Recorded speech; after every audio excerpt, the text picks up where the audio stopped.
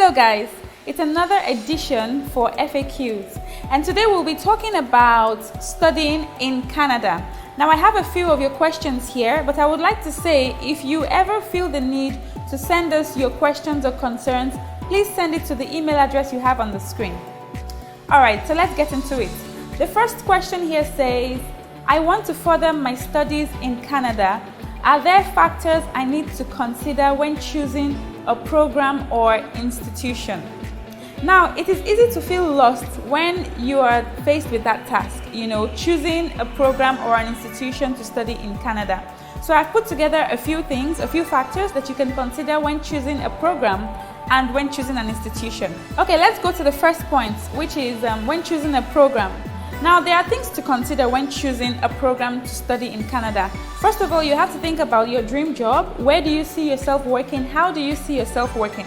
Secondly, you have to think about your professional goals, all right? Also, you have to think about your present situation right now, okay? What suits your life right now? Where do you see yourself in terms of your finances? That's very, very important, okay? And in terms of what you're doing right now, what do you have going on for yourself right now, and what are the programs that can help you enhance those? Now, you also have to think about scholarship options, because there are scholarship options for a couple of programs. So if you are that person who is not financially able to pursue some certain programs, but you really want to study in Canada, there are some scholarship options that would support some programs. You can look through those and choose what program you would like to study. Alright, so the second one is institution. When choosing an institution in Canada, now you have to think about their academic excellence. What's their track record so far? Okay, you have to also think about how they support international students. How do they support international students coming into Canada to study? Alright, you also have to think about the location, and like I said before, you have to think about the cost. Thinking about the cost is very important because you have to do your calculations. Are you able to take yourself through this course or through this study or through this institution? Okay, are you able to afford this particular institution? Institutions vary with different factors, okay, and one of them is cost. So if you are not able to see yourself through financially, you can go for institutions that are less pricey or more affordable for you. Okay, all right, let's go to the second question. The second question says, is there an age limit for applying to study in Canada? Technically, no, there is no age limit for studying in Canada, okay? But the younger the better, basically. It also depends on what you're studying. Are you there for your first degree? Are you there for your master's? All those things vary, okay? All those things are very important. All those factors are very important. Let's go to the third question. How does studying in Canada increase my PR chances? Okay, studying in Canada makes it very easy for international students, okay, to apply for permanent residence. PR is permanent residence, for those that don't know, okay? And you can apply through the Express Entry program. Now, if you are a student in Canada, you're also able to work part-time in Canada.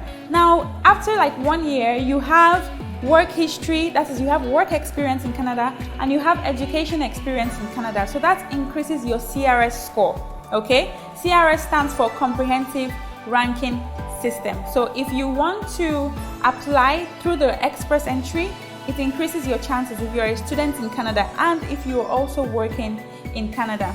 All right, so let's go to the next question.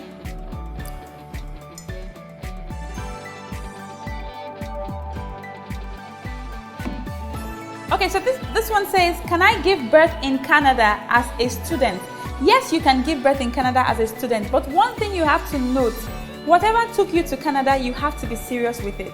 Now, if you went to Canada as a student, you have to be very serious with your academics. If not, you risk being deported, okay? So please be very serious with your studies in Canada.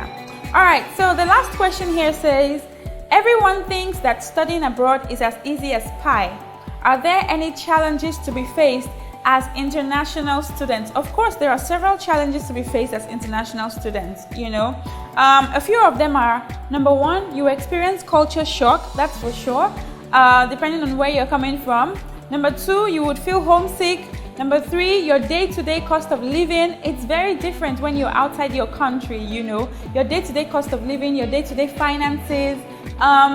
making new friends would be quite difficult for a lot of people, especially if you're more introverted, okay? So these are some challenges that international students face, okay? Trying to find new places, spending money, you're still trying to get acquainted with the currency change and currency difference. Personally, I find myself calculating everything, trying to switch everything to US dollars whenever I'm out of the country, because I need to know how much this is in Nigerian naira. It's very, very complicated, and sometimes it's confusing, but after a while you'll get a hang of everything, as a student in an international country. All right, so if you have any more questions, please send your questions to the email down below on the screen, and I would like to read your comments. Please also subscribe to be getting more answers to your frequently asked questions when it comes to relocating abroad. Till I see you next time. Bye.